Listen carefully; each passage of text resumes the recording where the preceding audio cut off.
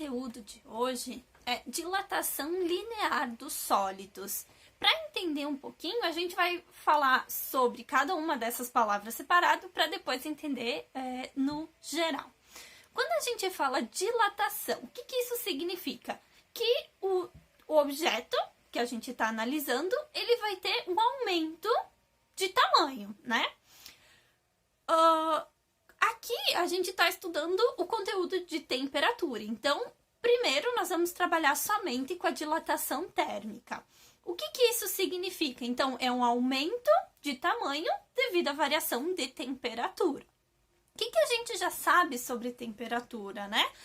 Temperatura é o grau de agitação das moléculas, ou seja, quanto mais alta a temperatura, mais as moléculas vão se agitar. E o que isso significa? Quando elas se agitam, elas estão ocupando um espaço maior, um volume maior. Isso faz com que o nosso objeto, quando aumenta a temperatura, ele tem um aumento de volume também, né? O outro assunto, linear. Linear significa uma dimensão, tá? Mais adiante, a gente vai trabalhar com outras dilatações, superficial, volumétrica. Essa linear significa que apenas uma das extensões aumentou. Então, por exemplo, a altura ou o comprimento, tá? E do sólido significa o quê? Que a gente está trabalhando com materiais sólidos. Em outros conteúdos mais avançados, a gente vai trabalhar também com líquidos, com outros materiais. Por enquanto, a gente só vai trabalhar com os sólidos. Então, essa daqui é a fórmula da dilatação linear.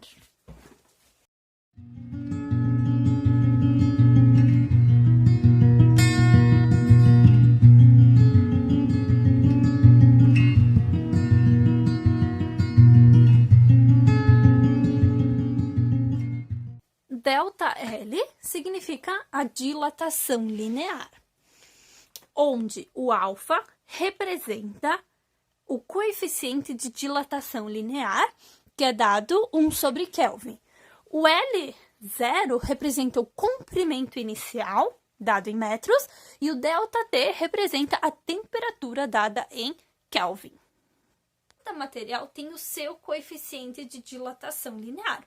Então, por exemplo, o chumbo e o alumínio. Cada um tem um valor específico. Cada material é um particular.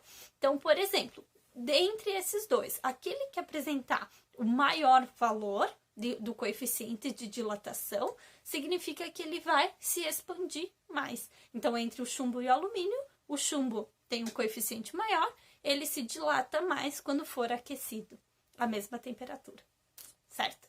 Agora vamos para a prática. Na experiência de hoje, eu vou utilizar uma vela e um pedaço de caixinha de creme de leite. Essa caixinha é formada de um lado por papel e do outro alumínio. O que acontece? Quando eu colocar a caixinha sobre a vela, a chama vai aquecer a caixa por completo e o meu alumínio, que apresenta um coeficiente de dilatação maior, ele vai expandir mais do que o papel. Logo, vocês podem observar a bolha que está formando apenas na parte do alumínio.